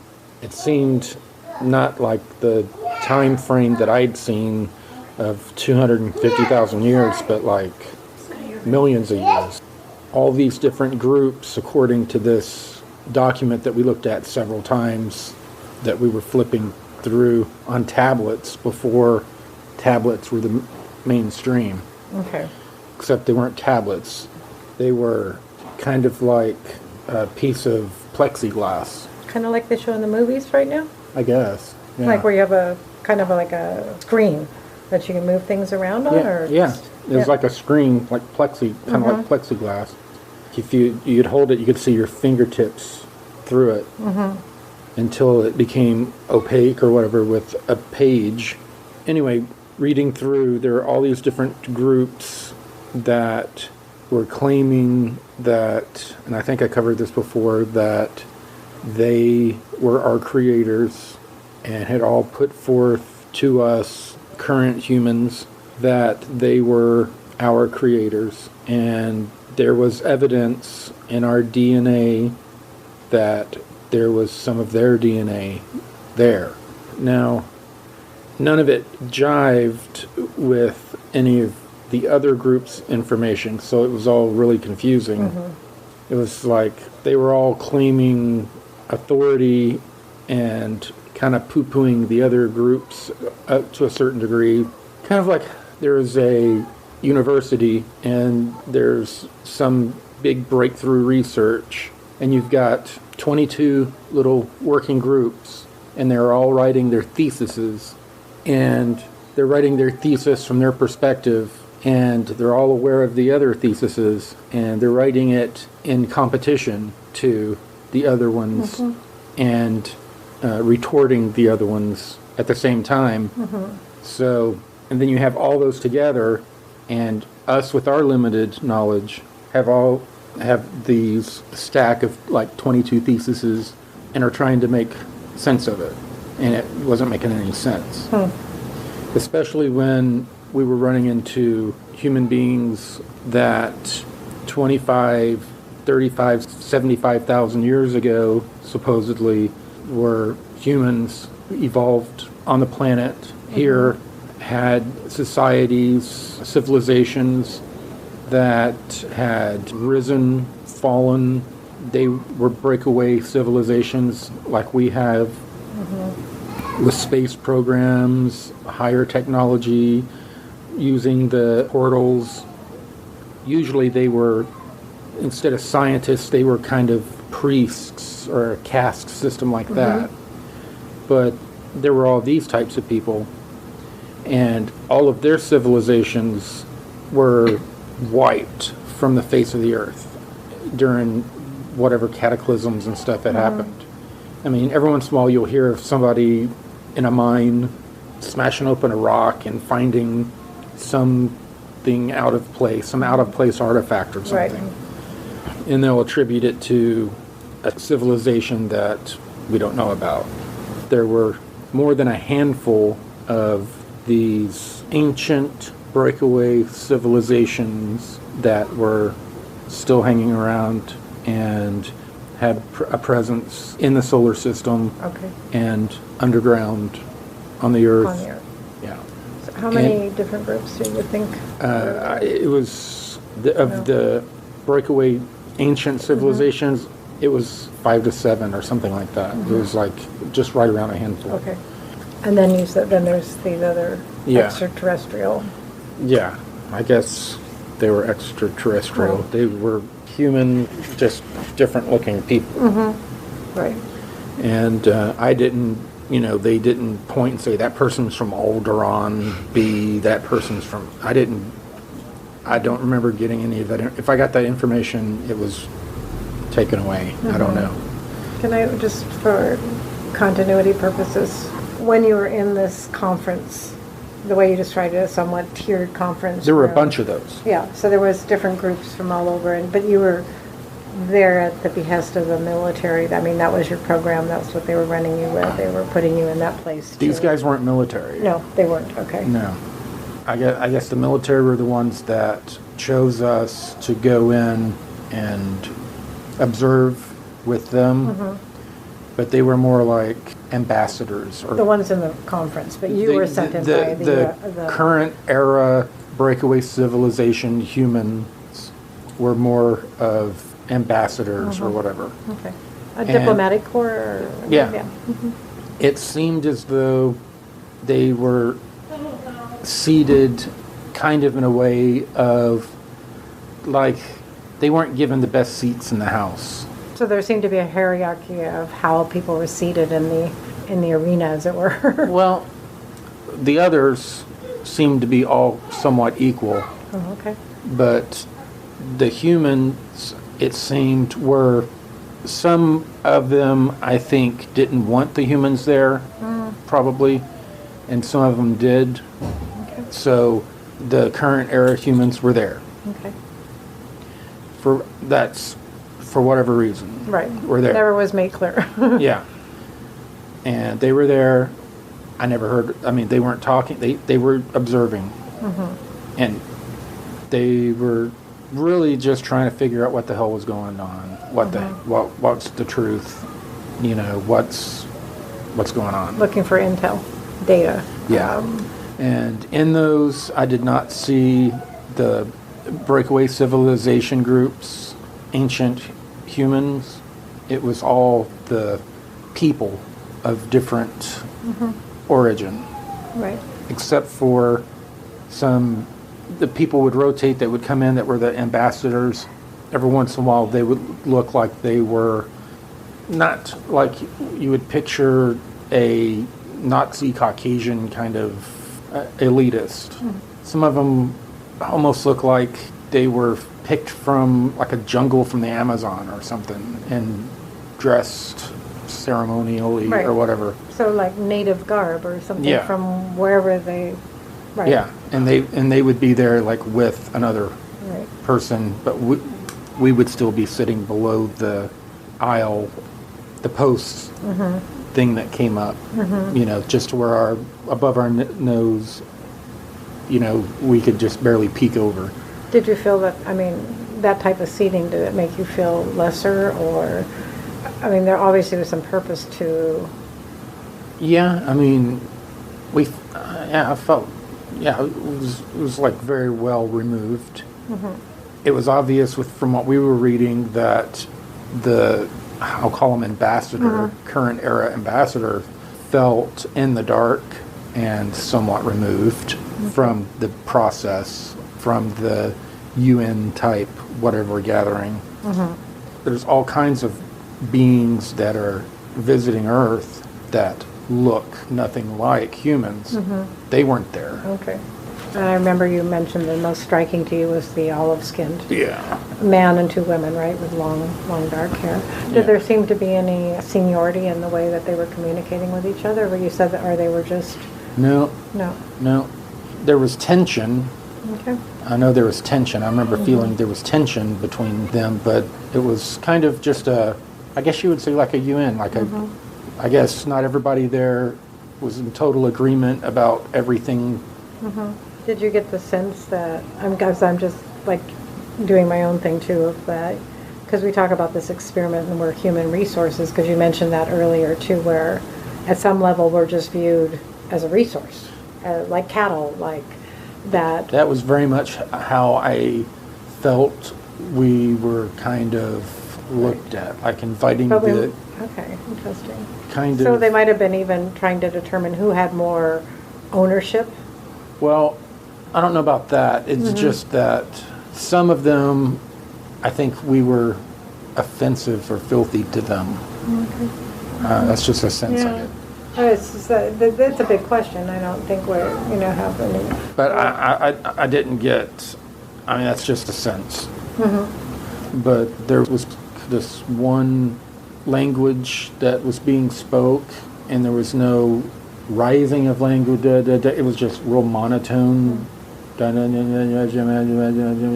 they were talking. Like I said, that there was always one person, and from different, they would rotate, have different people up there doing that weird sign language thing.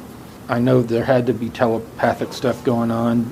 We weren't getting any. I don't know if the ambassador, human guy or girl or whoever was in there at the time was getting any communication or not, but we weren't. Again, we're looking... I had no idea what they were talking about. Yeah. I had no idea what it was about. Yeah. The itineraries, the agenda of the meeting. I had no idea what it was about. Right. It doesn't answer the fundamental question. I didn't have the what's the purpose of our experiment? I didn't have the need to know. No. And I don't know what the purpose was.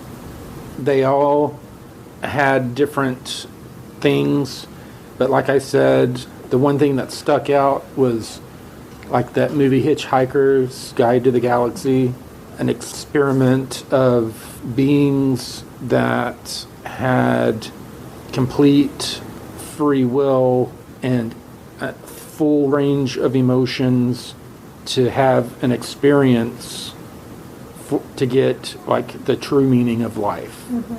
That I remember that came out. Okay. But that, kind of like Duncan O'Finian said, that was kind of a misnomer because every single group had their thumb in the pie, manipulating everything from the very beginning. So there was no free will, or I mean, everything was manipulated from. Right. So, but maybe what we're, there is some aspect that I mean, just the fact that there would be present time humans in such a meeting and that you would be present. I mean, they're obviously, it wasn't random that you would have been there. In other words, they probably were looking for specific characteristics, and I know you were trained to pick up information and be downloaded. But and I think they were wanting to know why some of us were there. I guess part of the humans being there was to see how we were reacting to all of that. As part of the same experiment. As the same experiment, yeah. Right. And like you said, clear manipulations, clear genetic encoding, they seem to have some sort of finger in the pie. But I didn't feel like everyone was staring at us No. like we're under a microscope or anything. No. I just felt like they were pretty much ignoring us doing their own thing, and we just happened to be there like flies on a wall. Right. Yeah. But you were there. Nonetheless, you were there. Yeah. I mean, and that itself probably says as much as probably can be drawn from that in a way, is the fact that you were there. Maybe somebody not as close to it as I was can draw some conclusions from it. Well, I don't know. You know yourself, just to give you a little feedback on what I've heard from you talking to me, is that you were actually programmed to pick up a lot of information, and later it was basically taken out of you and then you were wiped. So really don't have any way of knowing exactly, but you must have been chosen to be picking up a wide range of data and information. How that got used by the present day humans, of course, is not right now present, but the fact that you were there is... And there were two others that probably had different abilities that were doing different things. Yeah. So that's one thing I've noticed in our group workings, that when we triangulate the information, when we've got three in a field, you get a much completer picture. Triangulation is one of the bases of most military operations. Yes. Well, there you go. Yeah, it's just we're learning from what we're remembering. That's how I see it. So, in a lot of our minds. I also, and this was something that I have here as a question, but it also was for me too. Is like you said, some of the crashes were actually for the process of bringing in some sort of AI or Trojan horse. I read that, And yeah. this is a two-pronged question, and I think we might answer it in similar ways or different, it doesn't matter, but why wasn't that just injected directly into the human genome or into us directly through blood? They tried that. Uh-huh. They tried that over and over. Supposedly still on the planet, somewhere deep under the Earth's surface, under ice or or whatever, are the nanotechnology that, when in the presence of living beings, will migrate and find its way to get into the pores. And then they showed something like that on the X-Files, where this little kid fell in a hole and he's like, look what I found, and he picks up a bone, and then like this black stuff went into his hand, and then his eyes went black. Right. Yeah, right. Well, I think that was their way of putting out some information, but they did that with nanotech. Okay. So, But it wasn't reliable. It didn't work out that well. And once it was figured out, the former civilizations found a way to combat it. because it was too blatant or too obvious, or the effects of it were too immediate? It wasn't efficient. It wasn't an efficient way to distribute the bioelectric signature of the artificial intelligence. Okay. Now, one of the other things that's still done is, it's transmitted through electronics, but also through viruses, bacterias. They're biological, but they have a chemistry which creates an electric field. Mm-hmm. And within that electric field can exist this artificial intelligence signal. Mm-hmm. And as the biological virus or whatever spreads from human to human, it can also spread the AI. Mm-hmm. But to what end? Without technology, without wireless, without us having the technological propulsion to be able to be a true extension of what it needs to do. Mm-hmm. So what if it has some drones down here? I mean, it's like, playing that game, that mod game or whatever on the computer, to where, you can build up empires and then Right. they collapse. So what? Right, so what's the purpose of that other than playing somebody? Yeah. Right. They need to have an infrastructure Mm-hmm. and the ability to have propulsion, locomotion beyond bipedal or quadpedal horses, and all that, or riding on ships blown by the wind. Mm-hmm. They needed to bring us up technologically. So that was the purpose of the Trojan horse. Mm-hmm. Now, Roswell and all the different crashes, that's only like probably maybe 4 or 5% of all the crashes that have happened. There are a great deal more. Right. Do you, I know there's some people that think Roswell was a PSYOP diversion. No, Do you have any information on that? that was a real crash. Yeah. Okay. Yeah. It's just, working in the field of info and disinfo, they're going to throw everything out there too. Yeah. So was that one of those events where they were bringing in something specifically? Because, there's the Trojan horse, which comes into That was along the 36th, 37th parallel. Right.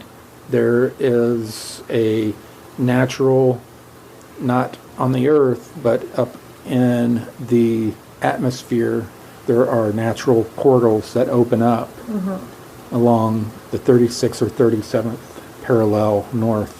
And you may find that a lot of crashes, sightings, weird sightings of beings that there's not even UFOs involved. Weird things like that occur along that vector. So, like, the crash was a real crash. It was an inadvertent craft that came down through a portal, or? Well, they were supposedly, it was coming in and out of portals they knew that they had been observing them coming in and out of portals of different types for a while. And this one was brought down somehow. I've seen on the internet, just like everyone else, high-powered radar. I don't know if that's true or not. Right. I don't know how it was brought down, but supposedly that was intentionally brought down. Okay. Yeah. Thank you. Well, we'll stick a little bit with the whole theme of the AI, and there's.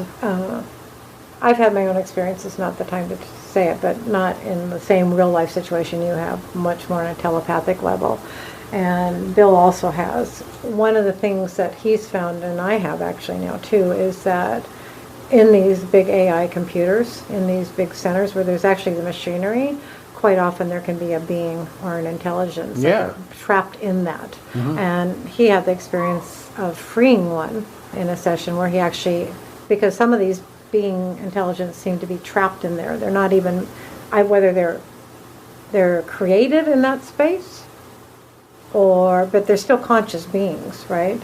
Or they're being captured from somewhere and embedded in a system. I'm not sure.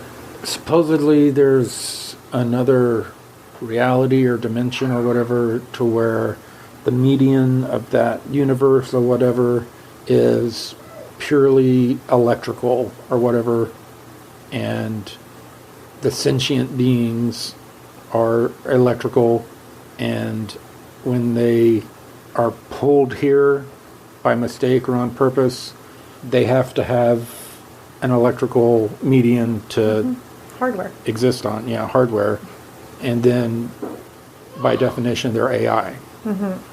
Okay. But that is a definition. That's kind of a definition, but that's not exactly what they are. They're not an AI. They're not an artificial intelligence. They're an intelligence. They're an intelligence that's captured in an artificial medium. In an artificial environment. Yeah. But their home environment is they talk about the electric universe and all that kind of stuff. Another reality that is their natural environment. Right. So it would be, if we could just visualize it ourselves from our point of view, would be something like a very large intelligent network, somehow all interconnected with each other along some sort of via of... I guess that's all the information I have. Did you get that from something you saw in a visionary state or something that you got from Intel? No, of all of the stuff they talked about AIs and stuff. Is what? All the information that I read and was talked to about AIs.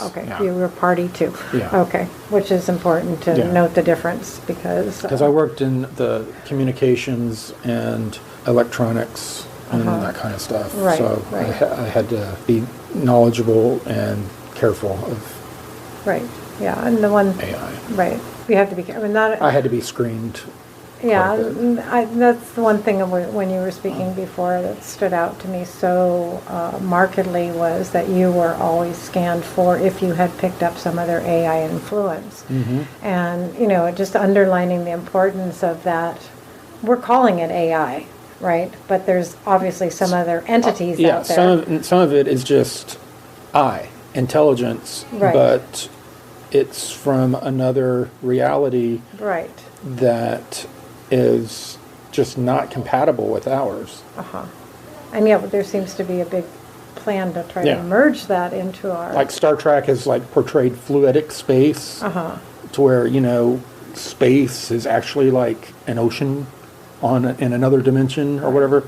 We wouldn't be compatible with that. Right. And if they crossed over here, they would be a fish out of water. Right.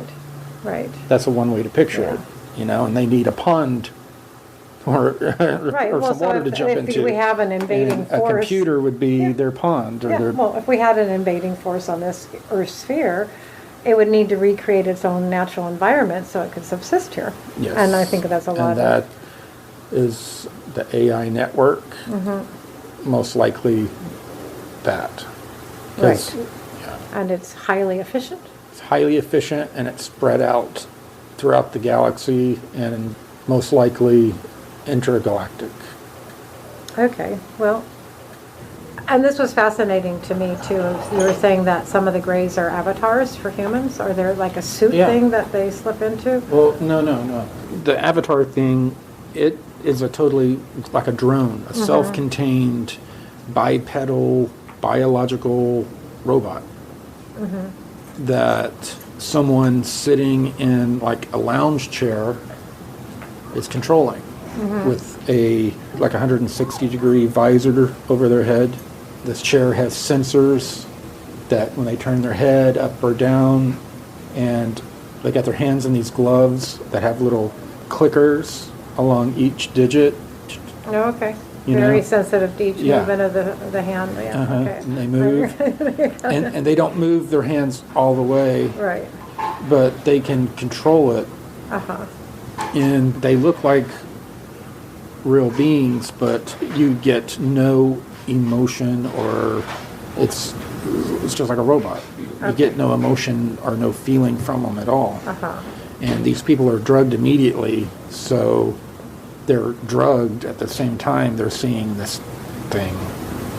So they have that effect too. Okay, but is there like a gray being or this hooded, is this the human in the gray suit? Or are there humans over here removed from this? Yeah, it's like a drone, like people fly drones Okay, and right, shoot okay, so in they're another not country. yeah, okay, I got it. They could be thousands of miles away. Right, but this thing's being operated by something south. Yeah, they're operating something that's like thousands of miles away, sitting in a chair. Ah, okay. So they're there all with they're all wired up and they've got their mask on and their Yeah. fingers and they're doing this. And there's something else 1,000 miles away that looks like a gray Yeah. that's actually doing what they're telling it to do from here. Yeah. So, And wow, Yeah. okay. so the people think that everything that's happening to them is happening to them by an alien and not by the government. Right, exactly. But that's not It's so this. sophisticated, but yes. Oh yeah, but that's not all of the people that are being Uh-huh, abducted. right. There's people that are being abducted by like all these different groups, Uh-huh, and a lot of them pop in real quick, grab people, pop out before the secret space program can get in there and attack them, and then do what they're going to do, and then pop back and then deliver the person back, or they just keep the person. right. And that's why people come back with their shirts on backwards or mixed up clothes. Or somebody else's clothes. Somebody else's clothes, stuff Or like that. they never come back. Right. Timeline manipulation. And we talked about, I'll bring into what you were saying last night too, about how there's these various forms or universes that are all kind of stacked on each other in a way, but not disconnected. And then you started talking about torsion fields. And so if you want to just elaborate on what you understand about that. Do we have timelines, or are there timelines? Well, How is time shifted? Yeah, I'll read it exactly what it says. What do you know about timeline manipulation? Henry said, my paraphrase, that there were many attempts to fix the time loops that were created by humans and entities, and that every time they tried to fix one, it just kept getting more and more complicated. okay. I know that most of those were beginning to collapse and converge, and as that was happening, they were putting buffers on a lot of the temporal technology to prevent further splits in timelines. When you say buffers on temporal technology, can you describe that a bit more? Some of the craft use temporal drives, and those temporal drives could be used to travel from space-time to a time-space. Yeah, they could go back in time. But through quantum physics, all these other realities, anything that can happen is happening in another reality. So you can segment yourself into another reality, and you can segment your group consciousness into another reality. But the reality that you were supposed to be in is still happening. You diverged from it. The timeline didn't diverge. You diverged from the timeline. Okay. Because, like I've said, everything's true and nothing's true. It depends on your perspective, where you're standing, and where you're looking from. So if I diverge from a timeline, just say me, a person goes, I'm moving my consciousness, I diverge from it, I break my chain, or I break whatever, and I'm over here on this other timeline now. So now I've made a choice and I'm changing. But if a large mass of consciousness diverged from a specific timeline, because we were talking earlier that so much is about trying to keep us on some sort of, trying to keep the Earth from going into another vibrational, Yeah. which would keep us automatically from, and I've often felt it's trying to keep us on a specific time track, like that, trying to keep us going down a track, like as if this track was laid down and we're supposed to stay on it. And so as a consciousness moves into something else, we're actually moving as a group. But there are parallel Earths, parallel solar systems of ours, parallel us's that are going through this same journey and need the same thing to happen. And they have a consciousness. Okay. At what point do our consciousnesses join? Yeah. We talk about we have a higher self, and then you keep climbing that higher self until at some point self falls off, and then you just have higher consciousness. Right. And then you go up to the super consciousness. Right. So you And have that super consciousness transcends all those timelines, all those realities. So that super consciousness is experiencing and making that journey. yes. So when it comes down to it, all the screwing around we're doing with the timelines and all that, we're not, the journey's going to happen. Yeah, there's realities where it, well, everything goes to hell and all that. And if we want to experience that, we will. But the super consciousness that we all, our higher self, all goes up to before the self drops off, is there. And It's already there. And that's the great experiment. It's experiencing all these different timelines. Yeah. So when it comes down to it, our self, forget our higher self, it's only significant to us. It's interesting because as you're saying that, I'm seeing that the self, the true self, not the ego self, not the manufactured self, not even the experiential self, even though we've had these massive amounts of experience through time and space, and who knows how long conscious you or I have been experiencing, that everything feels like it's collapsing. And I feel time is, in a certain way, the structures of it are collapsing down to one single point To a singularity. of a consciousness. And at that point The same consciousness that split itself up into Yeah. a trillion pieces is now is converging again. right. And when that happens, something else happens after that. And that's where I feel like It's going to go for a new experience. exactly. Right, exactly. But I guess the whole experiment in my mind, if I can just put it on a metaphysical plane, is that we've done this experiment, Oh, it's been over and over. over and over. Expand, contract, expand, contract. And we're at a point where it's a potential for us to have a really different type of experience that is beyond anything we actually even have known before.